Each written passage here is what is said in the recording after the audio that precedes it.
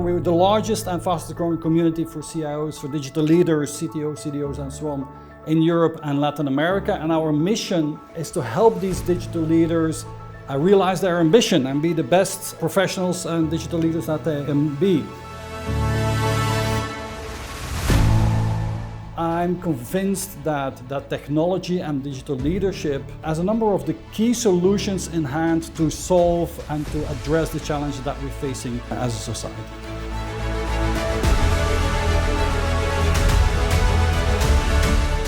In your life, you need to find your personal passion. And there's probably several of them, and sometimes it takes time to find really the thing that you were born for. So that work isn't work. So that work is pleasure, that you get up every morning and say, yes, this is great, I can go and work and do this. So finding the passion and then going very, very deep in that is something that is so powerful, I would say.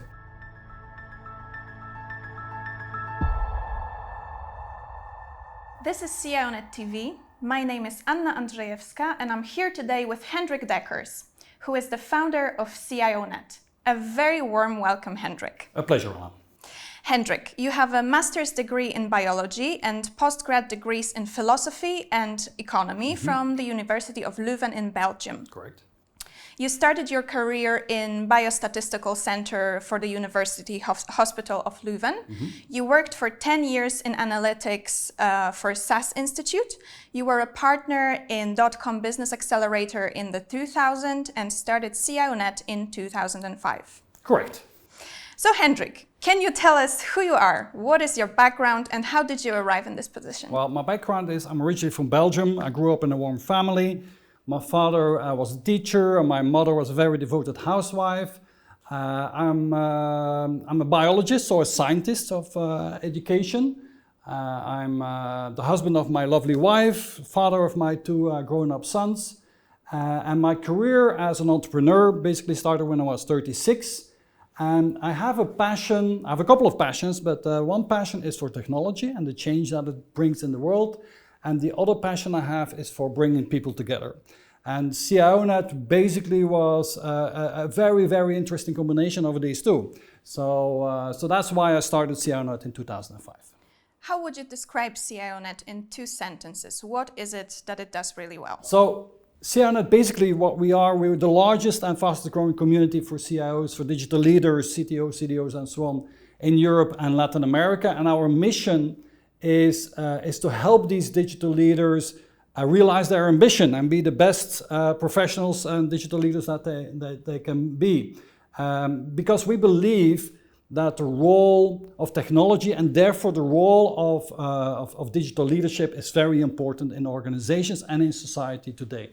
If you look at the challenges that the world is facing today, and that is economic development, economic stability, sustainability and the future of our planet, I'm convinced that technology and digital leadership plays has a number of the key solutions in hand to solve and to address the challenges that we're facing as a society. And how does CIONET help digital leaders in their development? Okay. So we grow and foster a community of digital leaders, and it's really our members that are core to everything that we do. And so we are, at one hand, we're an exclusive community because we only allow people that fit our membership criteria inside our community. So we're very strict on that. But the other end, we are inclusive. So we want everybody in the countries that we're active to join our community. And so that has allowed us to build quite a large community of more than 10,000 members in 20 plus countries. How does CIONET bring digital leaders together? Okay. Now, for that, in every country where we're active, we run what we call a community program. So that's a series of community events, meetings, conferences, where we bring our members together and where we typically put CIOs and other IT executives on stage. And so that they can share their vision, their strategy, their experiences with the rest of the community. And so that means that our members there have the opportunity to network with each other. They can build new relationships and they get inspired by the best in their country. and they basically can learn and take some of these insights home to their organizations. And I understand that there are several local events Yes. that we do, but can you tell us also about the international programs? Sure. Or Yeah. events? So the community program, we run that on a local level, but we also do quite a number of international events. These are typically online, large conferences. We do CIONEXT is one of them, where we do 4 or 5 editions on a yearly basis, where on specific topics like on automation, or on leadership, or on data, on very important topics, where we go out and find some of the finest CIOs. We go and interview them up front. It's flipped conferences that we do. So we bring out these interviews first, and then we bring together thousands of people, because these CIONEXT conferences are open to the public, and where we have panel discussions on these topics. So that's the CIONEXT that we organized. Complementary to that is the CIOFEST conference, which is a hybrid, online and offline, where the different countries have local offline programs, and we combine that, we augment that with an international program, so where all the members get together. Because for our members, networking locally, being active in the local community is important, but for many of them, they can learn so much across the country borders as well. And so that's what we facilitate with these programs. do the members also have the opportunity to dive deeper into specific topics? Absolutely. And so that was a request that we had a couple of years ago, where they said, well, all community events are fine, and we get inspiration, we can learn something, but we want to go to the next level. And that's why we're organizing now in every country many different roundtable discussions, dinners, where we bring 8 to 10 to 15 CIOs, CTOs around the table, and where we discuss very specific topics. So this could be, how do we manage hybrid cloud in financial institutions? This could be, what's the impact of automation on our workforce? This could be, how do we create better customer experience with the right in a multi-channel environment, for instance. So that's really what we do with these roundtables. And if there is somebody who is watching us and would like to join CIONET, Yep. what would you say is the value that they would get out of joining? Yeah. If you are an ambitious digital leader and you're active in one of the countries where CIONET is operational, then we really invite you to join us. Because what I think the value for our members is really that they can connect with each other, that they can build very qualitative relationships with their peers, and that they get inspired, that they can learn, and they can develop themselves. CIONET also works with vendors and suppliers. How does that work? Yeah, so if you look at it, IT departments, they rely for a lot of their success on the right suppliers, vendors, technologies, and so on. So therefore, for digital leadership, it's important to have very good relationships with the leadership of the vendor side as well. So this relationship is very important. That's why we also invite a select number of this, let's say, supply side. Also, we welcome them also in our community. We work with them, and for them, it's really an easy way to build quality relationships a lot quicker than normally. One of the flagship programs at CIONET is Tribes. Mm-hmm. Could you tell us what Tribes are and how they work? So, besides the community program that we have, where we bring our members together, besides the roundtable discussions and the dinners where they can themselves exchange information and visions and have in-depth discussions, we also had the request from our members to provide a program where their teams could exchange their challenges and solutions to these challenges with each other. So that's why we have started the CIONET Tribes. And a tribe basically is a group of 10 to 12 IT departments that engage with each other and that will work together with their experts around a select number of topics. And these can be, for instance, architecture or security or data analytics, AI, whatever topic that their CIOs select. So we select 5, 6 topics, and then we make squads, work groups around these topics of experts from these 10, 12 companies, and they create a program together. They create a backlog of questions and challenges and issues that they like to discuss with each other, and then our tribe master will help them through this process and help them really find solutions for each other. So tribes are really a solution-oriented program where, if you think of it, if you bring 10 experts together, 10 experts are more, the knowledge of 10 experts is bigger than of one genius. Definitely. Hendrik, putting digital leaders in the picture and highlighting their role in the organization is clearly close to your heart. Mm-hmm. Tell us a little bit more about that. Yeah, digital leadership is really close to my heart. If you look at what our members do in their day-to-day job, is they really do amazing work. I mean, some of them do amazing work. Many of them do very, very important work. And we need to put that in the picture. It's our role as a community to celebrate the role and celebrate the success of digital leaders. And for that, in several of the countries where we're active, we have implemented local CIO of the Year and other award programs to celebrate that.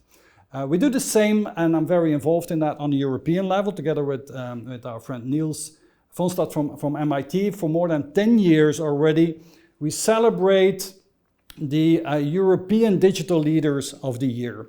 And that program is where we bring finalists from different countries together in different categories, and then we go out and we interview these people. Like we're doing a deep dive interview here. So I do many deep dive interviews with top CIOs around Europe. And there they will tell us their accomplishments, what they have together with the teams, what they have done, the changes, the transformation that they have implemented in the organizations. And then we also look at, well, who's the person behind the leader? Because I think there's a very important correlation between how a person thinks, what his values are, and so on, and the success that he has as a digital leader. I can imagine that you learn a lot from these interviews. Yeah. Could you tell us maybe how did the role of the CIO change over the last 10 years? What do you see? Yeah, we learn a lot from them, and that's one of the questions that we ask all CIOs that we interview as well. And what comes back is, well, if you think back 10, 15 years ago when we started our community, the role of the IT director, the IT manager, sometimes then already called CIO, was in many cases still a supportive role. The IT department, sometimes still in the basement somewhere, was a support center, a cost center at worst. And that has changed. Nowadays, modern digital leadership is all about creating value for the organization, is inspiring the company, and guiding the company through the transformation, through the digital transformation that they are all going through. So the real top digital leaders of today are leading their companies in that change. And so all of them, most of them now have very important roles, are there in the boards of directors of their organizations today. So we have seen a major change in the role and the function of the CIO. And that's a fantastic development. Absolutely. Could you maybe tell us a little bit more about the programs at CIONET that you are particularly proud of? Yes. So we do several things, communities, tribes, roundtables, CIOs of the Year, award programs, and so on and so on. One of my pet projects, one of that I'm very proud of, is the CIONET Cookbook. And so a number of the CIOs that we interview, we will summarize their ideas, their visions, their strategies, their programs into recipes for digital success. And so I invite all of you to get your copy of CIONET Cookbook. If you remember, you have your complimentary copy, because it's really an interesting summary of what is going on today in digital leadership. And we use in our cookbook the metaphor of the business is the restaurant, the IT department is the kitchen, and the CIO is the master chef. And so this is really a very nice collection of some of the best master chefs, digital master chefs around Europe.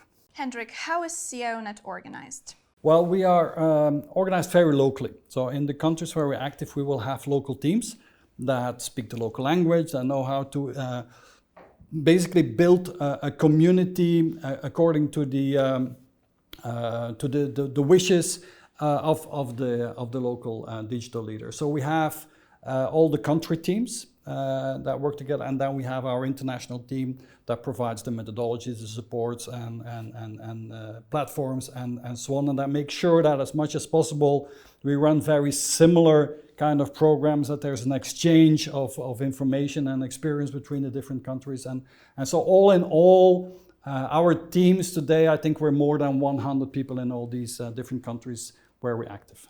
And what is your fundamental role in the organization? Well, my role in CIONET today is twofold. On the one hand, I act as a chairman of the company, so that is basically helping our CEO, Luc, with his CEO role, and so that means working on the strategic part of the business. That is product development is important, strategic partnerships are important, and business planning is the main things that I help our CEO with, I think, in that role. And on the other hand, I still have an operational role, and that is where I'm very passionate about the cookbook, the CIONET TV interviews that we do, the Digital Leader of the Year programs, and so on. So that's where I'm focusing on mostly. What is your management style? How do you build successful teams? How do you grow? How do you attract, retain, and motivate people? Yeah. I must confess, Anna, I think I'm not really a good manager, and that's why I'm very happy that now we have a very strong and excellent CEO who is a really, really good manager. So I think I'm not good in that department, but I think my role is not so much as a manager, but probably a bit more as a leader. And so I see it as my role to inspire our community, to inspire our teams, and that's why, as kind of a joke on LinkedIn, you will see my title as the Chief Inspiration Officer of CIONET, the CIO of CIONET. It's a bit of an inside joke, but I think that is what I'm able to do, to come up with new ideas, and to think big is important. I think to have a global vision of where we go as a community and as a business, and to drive people crazy enough so that they will believe in the vision that we create for them, and that they will follow us in where we're taking the organization. So I'm wondering, Hendrik, what would people say about you? What would those teams say about you when you're not around? Yeah, it's my favorite question that I ask to CIOs as well, and I must say I don't know. But I would hope that they would say about me in the first place that I'm trustworthy, that they can trust me, that I'm there to support them, and if I say something, that I will follow up on that I will do what I say. So I think that's very key, and I hope that they will say that. And the second thing that I think that I will say is I'm on the creative side of things. So I really like to create new things, come up with new ideas, and try out new things, and put in first versions of programs, and then have the teams further develop it and make them success. I would say you're our design police at the company. And brand police is also a role that I need to play as well, yes. Hendrik, your MBTI personality is debater, so ENTP. ENTP, yes. That is a person with extroverted, intuitive, thinking and prospecting personality traits. Mm-hmm. These people tend to be bold, creative. They tend to deconstruct and rebuild ideas with great mental agility. They pursue their goals vigorously despite any resistance they might encounter. Mm-hmm. So yes, ENTP is my profile. So I'm more of an extrovert. Although I also need my time on my own. Typically for ENTPs, they also need some me time to come up with their ideas and organize their thinking. So clearly extrovert. The N for intuitive is also, I think, pretty strong. So I like to see the big picture. I'm not so much interested or focused on the details. The T is dominant on the F, so more rational than emotional, and also with a strong P, I would say. So the perceiving less so than the judging, and that means that I like to keep options open, and I can be very flexible in my decision making and change course when necessary. Maybe interesting also to note is that we do also ask the MBTI profile of our CIOs that we interview, and what we see is that that we have both introverts and extroverts. We have, I would say, a nice mix of more rational and more emotional. The T and the F are quite in balance, I would say, but the majority of them are intuitive more than sensing. So that means that they more see the bigger picture, which I think it makes sense in leadership in general. And the majority have a J for judging, so they like to take decisions and then implement and make the plan and implement them. So it would be difficult to work without a structure. Yes, and so that means that I don't have this J, so I would not be a good CIO probably. So, but anyway, let's talk about the strengths and the weaknesses of ENTPs. So the typical strengths of a debater would be that they are knowledgeable, that they can be quick thinkers, they tend to be quite original, they are excellent brainstormers, they're charismatic and energetic. Does that sound familiar? Well, it's a self-assessment, so it should sound familiar, I would say, but yeah, brainstorming is one of my favorite things. So bringing together a group of people and trying to solve problems and come up with new models and designs and so on, it's really what I like to do best. So I think, yeah, that probably fits the bill quite well. But on the other side of things, Hendrik, everybody has their weaknesses. Mm-hmm. So according to the MBTI, a debater could be very argumentative. Debaters can be also quite insensitive. They might be intolerant. They can find it difficult to focus, and usually they dislike practical matters. Which ones do you recognize in yourself, and how did you overcome those traits? I recognize all of them. So I can be very argumentative. Just for the case of the argument, I mean, it's a sport to discuss. For a debater, he likes to debate, and so that's one thing.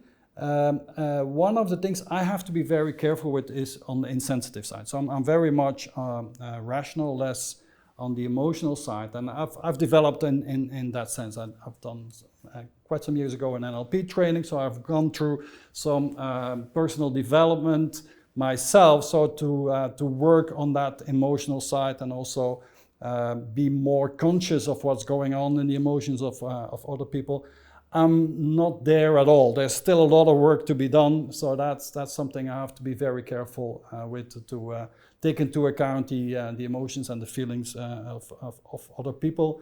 And sometimes I can be, my wife sometimes called me a bulldozer, so I can be stubborn and have my own idea, and then I want it to be executed that way as well. So that's also certainly one of my development areas, I would say.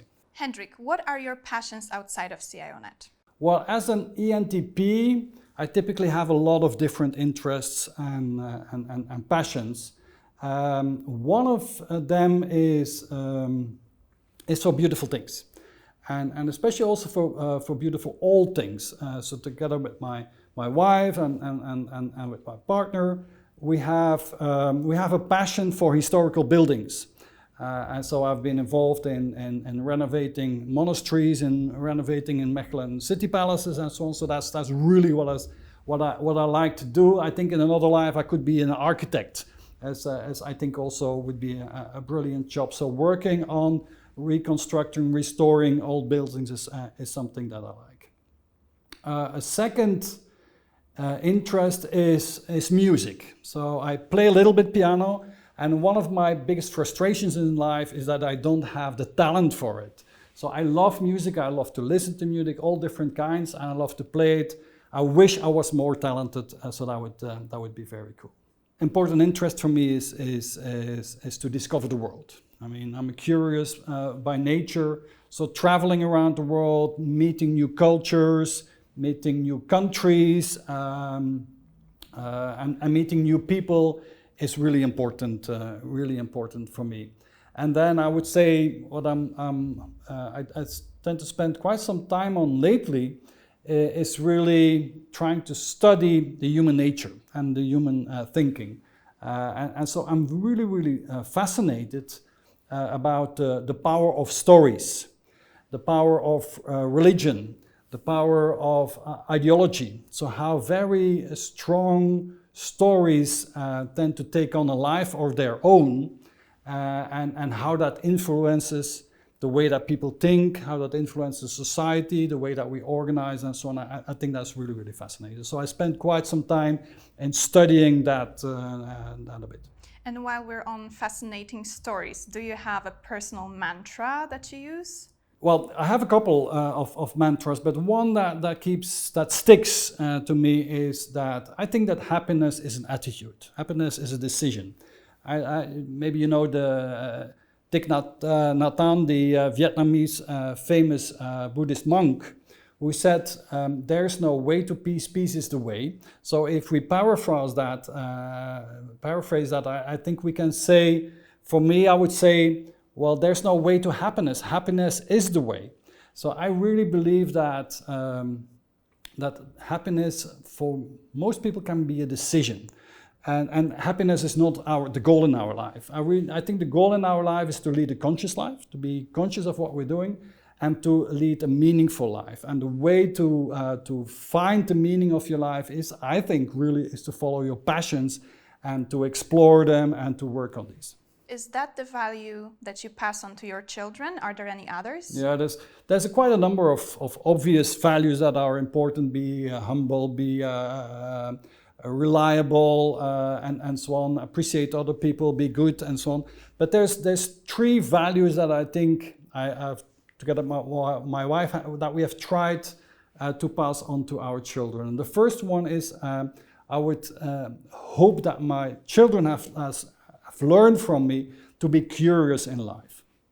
I mean, if you look at the world, if you look at the world that we live in, everything that's happening, there's so much interesting things going on. The world is really a playfield. And so I think it's important to try out new things, to learn new things, to explore the world, and so on and so on. So I hope I have given that as an important value to my children. The second one is value is that I hope I've passed on to my children, is that they need to work hard, and you need to be persistent. So working hard, putting in the hours, doing the effort is really necessary. Success doesn't come overnight. Success in whatever domain of life, being it relationships or being it business or being your career, success is a marathon. Success is not a sprint. And so as they say, sometimes people will say, well, you're lucky, but I think luck is really when an opportunity meets preparation. So if you work hard, if you study, if you develop yourself, then you are prepared, and if then an opportunity comes up, then you can be lucky and take that opportunity. A third value that I hope I've passed on to my children is to be skeptical. Don't take things for granted. Question everything. Question authority. Question what you see on the internet. Don't believe the conspiracy theories that there are. Don't believe the pseudosciences that are out there. Don't believe the mumbo jumbo of quantum thinking that is out there. Focus on the facts and the figures. Start from the science and start from scientific thinking, and then the world is already mysterious enough, and start from there, and so be skeptical and don't just believe anything that somebody says.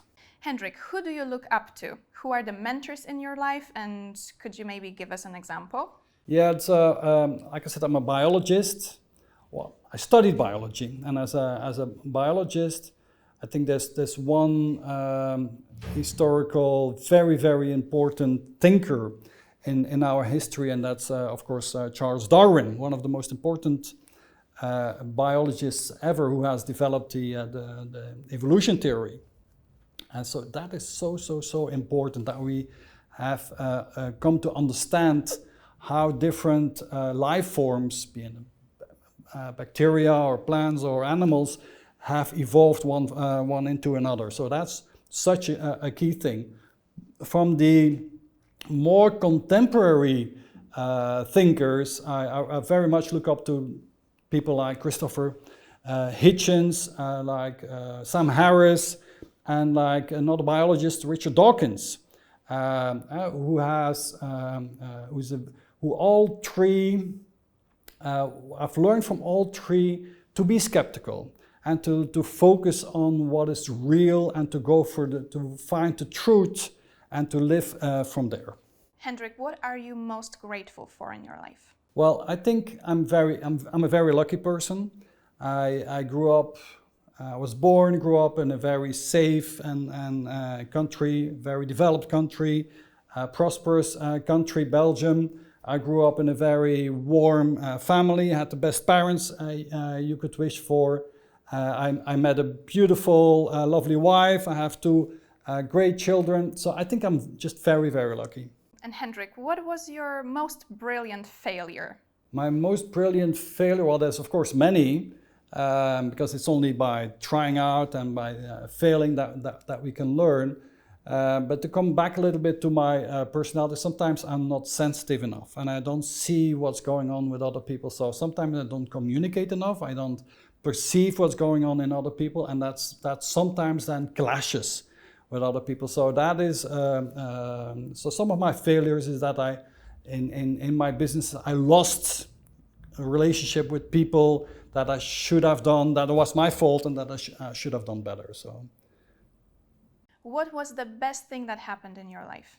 The best thing that has happened in my life is, well, I grew up in a very interesting time. When I was young, access to information was very, very limited. You had to go to a library and find books, and that's how you could learn. So learning was very slow, very limited. The world was still small. But so the older I got, and with the advent of the internet, now we live in the best times possible. I mean, now every knowledge is available. Everything that you need to know, everybody can find everything at any moment, at any place, about any topic. And I think we're very, very grateful that we have this. As an ENTP, that's so brilliant that you have all this knowledge available, and that whatever topic that you're interested in, you can learn, you can develop yourself in that. So I think that's really, that's a great thing that has happened to me and to the world in general, I would say. We're slowly coming to the end of this interview. Already? Okay. That's right. So let me finish with the question that you usually ask all your interviewees, so digital leaders. What advice would you give to young, ambitious professionals? Well, typically we ask them, CIOs, what advice they would give to people that want to become CIOs. Now, I'm not a CIO, so maybe some advice to people that want to build their own business and develop their own company. And that really is, I think in your life you need to find your personal passion. And there's probably several of them, and sometimes it takes time to find really the thing that you were born for, although that's impossible. But so what is your passion that you want to develop, so that work isn't work, so that work is pleasure, that you get up every morning, say, yes, this is great, I can go and work and do this. So finding the passion and then going very, very deep in that is something that is so powerful, I would say. The second advice that I would give is surround yourself with positive people, people that are complementary to yourself, and people that are self-motivated, that are driven by nature. If you surround yourself with the best possible people, then you, as a person and as a professional, you grow much, much quicker. And also as an entrepreneur, you need to surround yourself with complementary people that are good in things that you're not good at. And only as a team, you can really be successful, I think. And then the last piece of advice I would say is maybe a bit more philosophical, is that, you know, Anna, we only live once. And so this is not a dress rehearsal. As the famous philosopher Michael Jackson has said, this is it. So we only have one life. And we are the only ones that are responsible for our own life. So you're responsible for your life, I'm responsible for my life. So when you start taking that responsibility, and when you're conscious about that, and when you develop yourself, and you know that you only have one chance to create a meaningful and a conscious life, I mean, that is something that I only learned later in life, but I think that is a piece of advice. Make sure that you understand the full impact of that, and then everything is possible and the future is yours. And with that, Hendrik, thank you very much for your time today. It was a pleasure and an honor for me to interview you today. The pleasure was all mine, Anna. Thank you so much for doing this interview. It was really cool.